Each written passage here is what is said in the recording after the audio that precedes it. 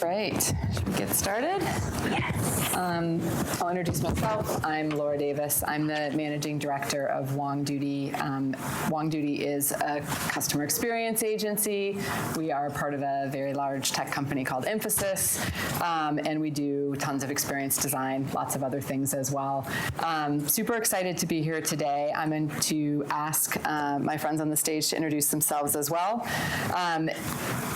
Talk about your role, and then quick anecdote, what's your sort of hack that you use AI for at work? We'll just go down the row here. So Nicola, you're on We'll start with me. For those of you that were just in the room, I'm one of those people that's pushed every day by Cheryl Gearan to get this stuff to market. I'm Nikki Grant. I work at Mastercard. I head up brand strategy and advertising globally. I've been at Mastercard years, started out in Europe and moved over to the US at a bad moment, I think, 2020, February 1st. I don't advise anyone to do a global reload during a global pandemic. What's my hack? I mean, yeah, we were talking about this earlier. Neither of us really do anything, initiate anything without some form of AI aid right now, and mine is Copilot, and it's in our business and it's inside the way that we operate. So it's just already part of the everyday. Absolutely. Who writes an email without some help anymore? Okay, Supreet? I think by now, all of you know me. You've seen too much of me today. So I'm a data and AI solutions architect at Microsoft. And for me, the biggest hack has been, this is my 4th switch in 6 years. And every time I join a company, it's a trouble learning all the anecdotes and how they work and all the documentation. And for me, Copilot has been my first learning tool. Whatever I need, I type in first, and then I go to my manager or a peer. And it makes me feel so confident. And this is the first switch where I did not feel imposter syndrome, thanks to Copilot. Fantastic. Well, good to see everyone. Thanks for the time today. The panel and I were saying, for some of you, this may be your 7th hour of AI. It will be the best hour of AI discussion for you this afternoon. So hold us accountable to that. My name is Vincent Fontana. I work at HSBC on the asset management side. Managing Director, head up the product specialist team. I also moonlight as an adjunct professor at NYU Stern School of Business, which AI has significantly increased the homework output of students. So I'm happy to share those stories as well. Day-to-day hack, there is a cool Gemini feature that if you feed your slide decks through, it turns into a podcast. And you get 2 people speaking back and forth, and I have found that to be a compelling way to garner points to speak to my students or in the working world. Cool hack. Yes, we're sharing the mic. Hi, everyone. I'm Nick Antoniades. I'm the VP of Marketing at Ipsy, and I handle CRM, contact strategy. My hack, speaking notes, proposals, write-ups. No, I didn't use AI for this speech, but in general, it's the best way to prepare, it's the best way to present, and I'm horrible at writing, so this works beautifully. Great. Okay, so we're here to talk about hyper-personalization. Today, read a great quote, 74% of consumers feel frustrated when their content is not personalized. They're looking for that relevant experience. So I'm going to start, again, Nicola, with you. With this advancement in need to personalize, what are the specific advancements in AI that you are finding critical in your ability to deliver on that expectation? Yeah, well, personalization, the expectations on that are changing really dramatically. And I just need to look at my own household to get a guide on that, because I have 2 Gen Alphas at home, and one of them doesn't even type anymore. She's just speaking to everything and, writing songs this way and getting ideas. And when you think about that generation already interacting with these tools in that way, the need for personalization is only going to accelerate. And the the expectation on that personalization is going to accelerate. But we're not a direct-to-consumer business. We're a B2B2C business. And so it's actually tricky for us to reach you because we don't have the data. Well, social media provides a really interesting opportunity for us to connect with people in a different way. So we have a proprietary tool, the digital engine, that is AI powered, and what that enables us to do is predict actually trends in conversation, when and where they're going to happen, so that then we can apply our communications, our posts, our advertising in a conversation that is relevant and ripe. And so from, as we start to serve up things people are seeking in the moment, this really generates such great click-throughs and drives a lot of earned media as well. So this is a really interesting area for us that we're exploring and pushing more. And we've been using AI in other ways from a personalization perspective, and now I'm talking about experience because we're an experiences brand. So we launched something last year that we evolved this year, Artist Accelerator, and it's a really interesting program. It's about working with the next generation of artists and musicians and talent and helping them navigate building followership and a fan base and a business in a new music ecosystem and environment in Web3. And as part of that, we have an AI-based production tool that consumers can have access to build their own music. And as part of that, they create their own NFT, and we're using our own AI sonic station that we developed in partnership with AMP, who's our music partner, to create this. Now consumers are able to use this tool, AI tool, to personalize their own interaction with us. And this is a cool way to start thinking about personalized experience. You give it into the hands of the people that you want to reach for them to personalize the experience rather than you personalizing it for them. It's an interesting evolution. Super interesting. Different point of view, maybe from the other end. Vincent, if you have a specific tool that you're using that you are finding most critical. Yeah, and in the asset management side of the business, particularly the private client or the private individual, we used to give them, not too long ago, 5-7 years ago, here's a questionnaire. Right? Tell us about yourself, what's your risk tolerance, if you lost 10%, how would you feel? If you gained 12%, how would you feel? Now with AI, we have a system that combs through all their trade activity, all their financial purchases, really their entire financial life, analyzes it with everyone else's, and says, here is the right portfolio mix for you. So it's really been a revolutionary change, better for the client, better for us, capital P in terms of personalization. Absolutely. I love this where it's about the personalization of the experience, not just the communication. Really, it's much more of a two-way. Supreet, interested in your point of view, what can you do today that you struggled with in the past? What can AI enable for you in your work that would have been a trick a year ago? Yeah, I mean, a lot. Where do we start? But I think on the theme of personalization, at Morgan Stanley, we did a phenomenal job of developing this personalization engine, which was a two-way street. One is how do we cater to our existing customers by providing them content and emails so that to improve the click-through rate, ultimately to improve our net new assets. And second, how do we get customers that have never been in the Morgan Stanley ecosystem? And for us, it was about small businesses, and how do you develop that AI prospecting engine which can basically crunch the data, figure out the small businesses that I should reach out to, figure out the right data sources, provide the list to the wealth managers or the advisors, and then they do that personal touch. They call them, they reach out to them, they try to provide the connection.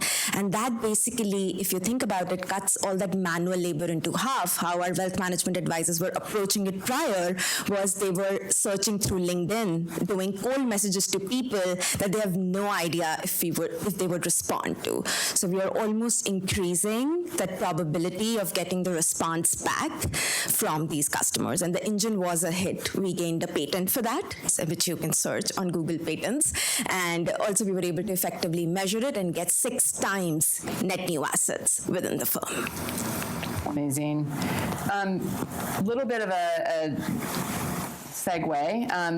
Also just read, Gartner is saying now 60% of all personalization is happening based on an AI-driven approach. So interested, Nick, to hear from you, sort of in your opinion, how is your industry doing in terms of AI adoption for personalization, and sort of follow on, who's doing it really well? I'll answer the second part first. So I've heard about Estée Lauder's work. So definitely they're doing well advanced work to bring AI in-house and actually feed it its own data. And I think that's where we're getting. Once we get to the power save mode of AI, that will make it a lot more common. But I think that's the trend that is going there. The support to that on the personalization side, which for all those in the data field, you will hopefully resonate with this. The biggest pain point has historically been the metadata creation. And there's been a lot of developments these days on how do you create metadata using AI. Because personalization at the end of the day means match the person to the content, the frequency, the channel, and so on. In order to do that, you have to have 2 engines talking to each other in the same metadata.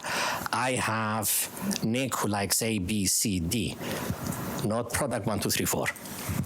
Then you need content that resonates with A, B, C, D, and bring them together. And to me, that has always been a foundational challenge, and I'm glad that I've seen a lot of development in that field.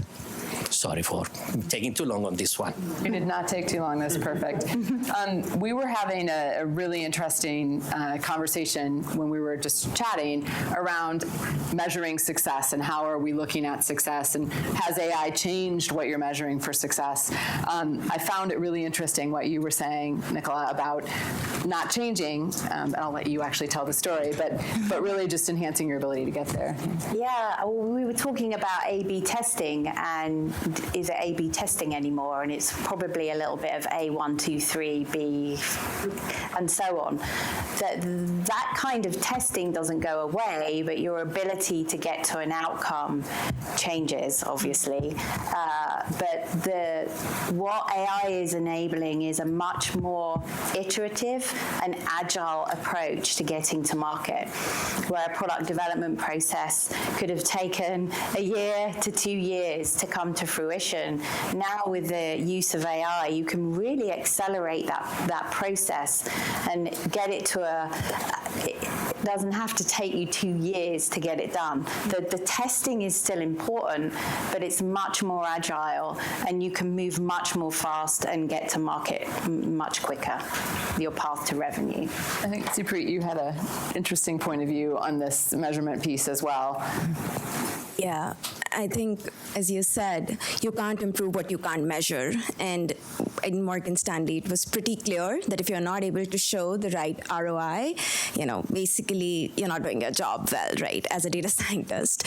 So for us, even though we were doing A/B testing, the traditional A/B testing didn't even work for us. And that's why we had to develop our own version of A/B testing, which ended up winning a patent, was because we took a very different approach on how we define the treatment group versus the others. How do we define our population? And we are talking about millions of users here. It's not 100 or 200s, right? How do we define them and divide them in unique buckets that receive a certain kind of treatment so that we are able to measure how our product is doing? And initially, when we didn't get any results, it was a wake-up call for us that traditional methods are not going to work. So if you are looking for measuring the success of your AI solution, first, obviously define the key metrics. Second, you may try the traditional methods, but there is a possibility that you might have to tweak based on your business problem and based on your users. Any other thoughts, Vincent, Nick, on sort of what measures of success are looking like? Yeah, I'll drill it down to two for us. One, certainly coming from an investment perspective, is what are the returns of these customized, personalized portfolios that we are putting forward to our clients relative to benchmark? Is the risk levels being controlled? And deviations, I'm looking at the Sharpe ratios or Turner ratios that we look at. But is the investment process better? And that's the way you handle that. The second one is client retention. Are we keeping clients in the door? Is this a differentiated approach than they're getting from the competitors down the block, the Morgan Stanleys of the world, the others out there? Are we keeping clients, our leads coming in with a higher conversion rate? Those are the two ones, customers and certainly on the investment side. Yeah, I would definitely agree with everything. A/B testing is key. You can't just throw it out there and hope. Put it against the control experience, but not just the one experience, is what you were alluding to. You have to measure this longitudinally. Yes, you make them click better or trade more. Now, are you keeping them better? Is the lifetime value better? And that not only takes time, it takes really good analytics to figure that part out. And that part doesn't always come through. We did the test. It took a week, 2 weeks. Here's the test. Here's the control. Look at the ROI. Look at the differential. We're good. No, not always. Yeah, and that is the part that requires patience. And I think it's getting increasingly difficult for people to feel patient, right, when the pace of change is accelerating. Little different point of view, 59% of consumers feel that companies have lost touch with the human element of the customer experience.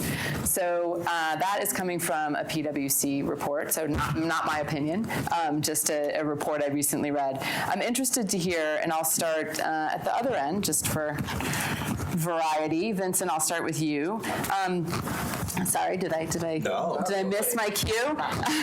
In this area, I'm interested, how are you sort of trying to ensure that there is still a positive impact of AI on customer satisfaction and the customer experience? Yeah, I love that. I mean, I certainly see that. We'll start with the MOU Stern adjunct professor route, as we get a lot of content that is clearly not from just the students. That comes without saying. Well, we're fighting back. There's ways we can help with grading from an AI perspective as well. But we're really ensuring and trying to teach the grad students, and I teach part-timers, they're about 30 years old or so, 6 years of experience, is to not lean on AI, but leverage AI. So that's always, I guess, bottom up to your question there, Laura. Back to the day job and our customers, our clients. And yeah, that is really the ultimate risk I think we have with expanding our technology is we don't want to become a technology company. We are a client-centric company. We're a financial investment company. So that is something that is paramount. Key risk, and avoiding it is paramount to our success. We empower our advisors. We give them these tools, but we tell them straight away is that you're not going to be replaced by AI. No one wants to have a computer or an AI or you name it, a more of a data-driven machine, help them with their life's biggest decisions.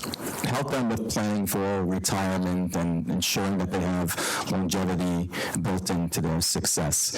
So that is paramount for us, as I said, from a risk perspective. We continue to offer surveys. So we haven't reduced the workforce per se. We just empower them to leverage. So it's kind of the full suite from the college space, the academic space, to the professional side. I'm going to have you hand off your microphone there. And I know you had a little bit of a contrarian point of view that I'm really interested to bring up. I'm on the view that there's going to be more and more of those interactions on customer care that happen through AI. And it's fine. We actually just checked right before we came on board whether AI actually passed the Turing test. Apparently not yet, but it will soon enough. So at some point, those discussions will happen with an AI, and people probably won't even realize that it is still an AI, and they will still get the right decisions. that will leave the human element for those outlier cases where there isn't enough data for the AI to learn, where it needs something beyond what's normal, and there will always be outliers. And that's where the human element comes in, where it takes longer and more thinking and more looking to actually figure out what's going on. Those cases will still remain with the human. The more standardized the activities are, no matter how important to your life are, there's still the same wheel, the same mortgage, the same everything. So it can be automated, it can be interacted with an AI, and maybe you will know that it is an AI, or maybe not, and it's okay either way. I know you had an interesting point too, Nicola, about consistency. I'm interested to hear a little bit more about how that is important to customer satisfaction as well. Yeah, well, I think what AI helps with in this case is making sure that you show up as a brand in a consistent way across all the touch points.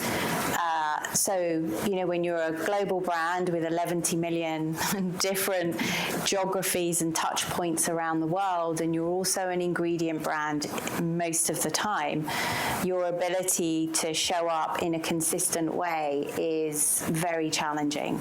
So AI is really an enabler of a consistent experience. That means that when people are interacting with our brand, they're going to have a very similar let's say, experience at any touch point through our multi-sensory strategy. So we can use AI to help ensure that that's consistent all around the world.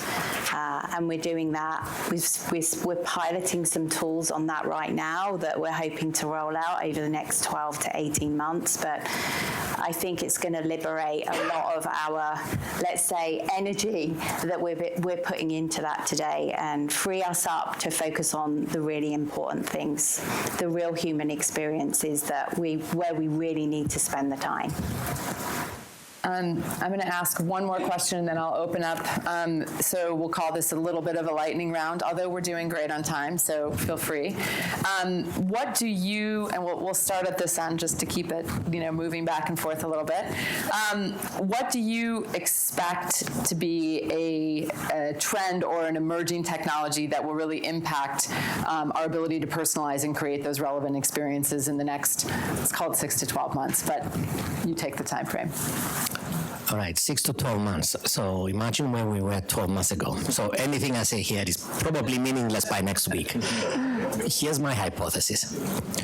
If you look back and look at decades, yes, I'm old. At one point in time, we would go out of our way, go to the local store, from a very limited selection to pick whatever we needed.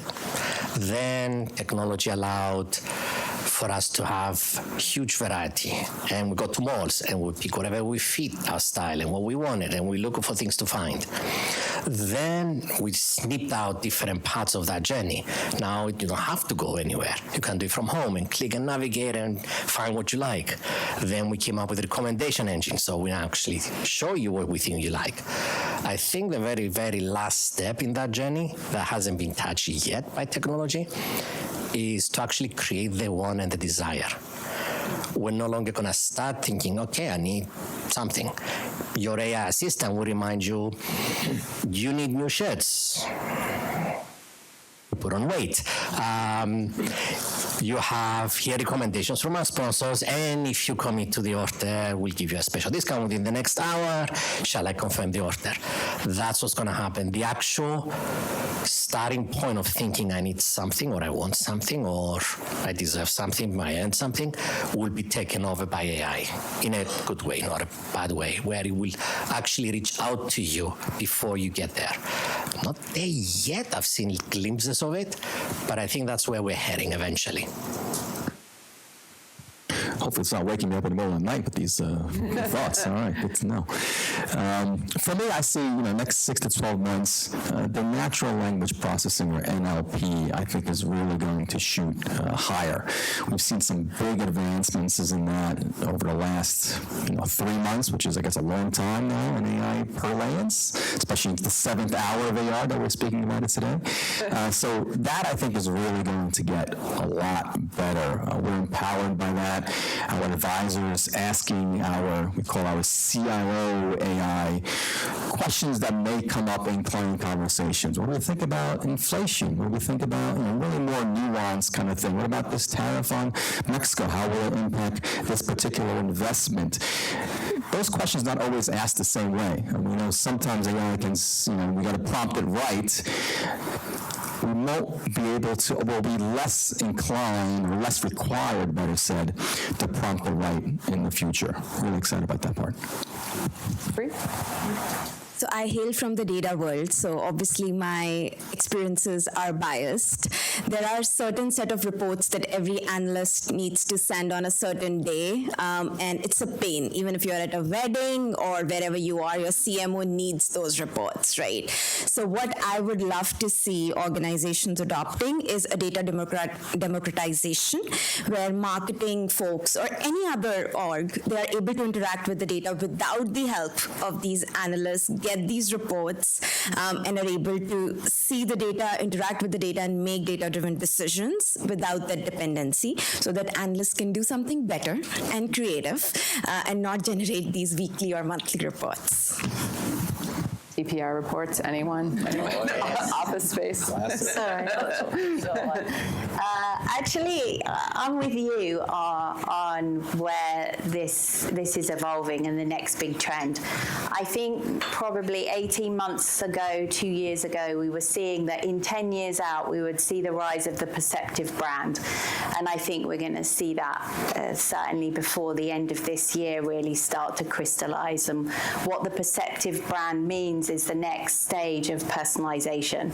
This is you going about your day and being met in the moment with something that you need right there, right now, through the aggregation of data, cues that signal where you are, what you're doing, together with what your likes, dislikes are, and serving you up something that is very valuable in the moment.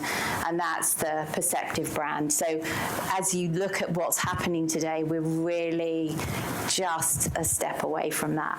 And that's pretty exciting. Think of how much faster that happened than we thought it was going to. Yeah. I mean, it's amazing how it's going to change my life as a human being. All right, that was it for me on questions. We have 2 or 3 minutes. Are there any questions from the audience?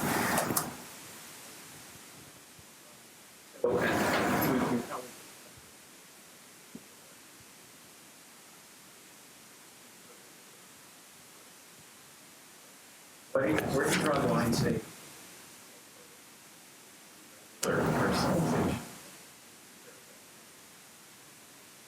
Great question. Who wants to take it? Is anyone particularly? Otherwise? What do you? Can you just expand on your question a little? What do you call regular, and what do you call hyper? I guess what's the bar for what's the table stakes for personalization? Take it up into the hyper.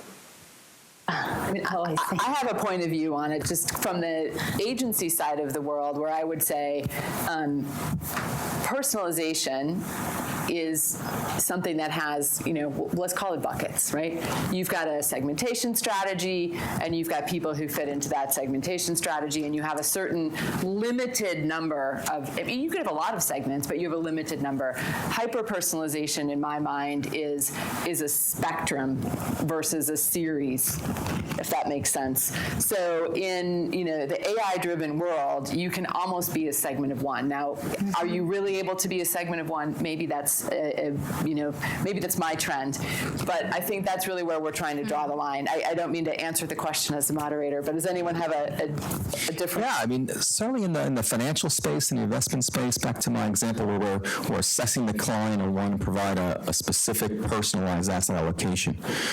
You can say a personalized approach is, what have they done in the past, some trade activity, or what decisions have they made, when did they make them? Hyper is when in the series of time, who would, when did they get married, all these really specific aspects that you can really take it to that next level, right? So were these trades back to back? Who else, you say you benchmarked it from a similar individual from a similar demo with a similar net worth. How did those trades differ from that individual, and therefore we should now position this person's portfolio in a different way? To me, that's the sort of line in the sand, if you will. Personalization, and then we kick it up another notch. And really, why is a big question, and the ROI is the answer, and that is really being driven, this hyper-personalization, now I'm clear, thank you, is being driven by the consumer, and they need to be treated and served up with information and insight and products that meet their needs. And that allows you to differentiate. So you have to be there. You have to find a way to make it work. Otherwise, they're going to go to your competitor who's going to get that service that they're looking for.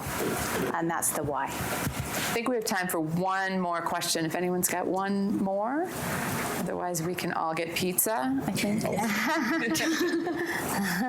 right. Well done.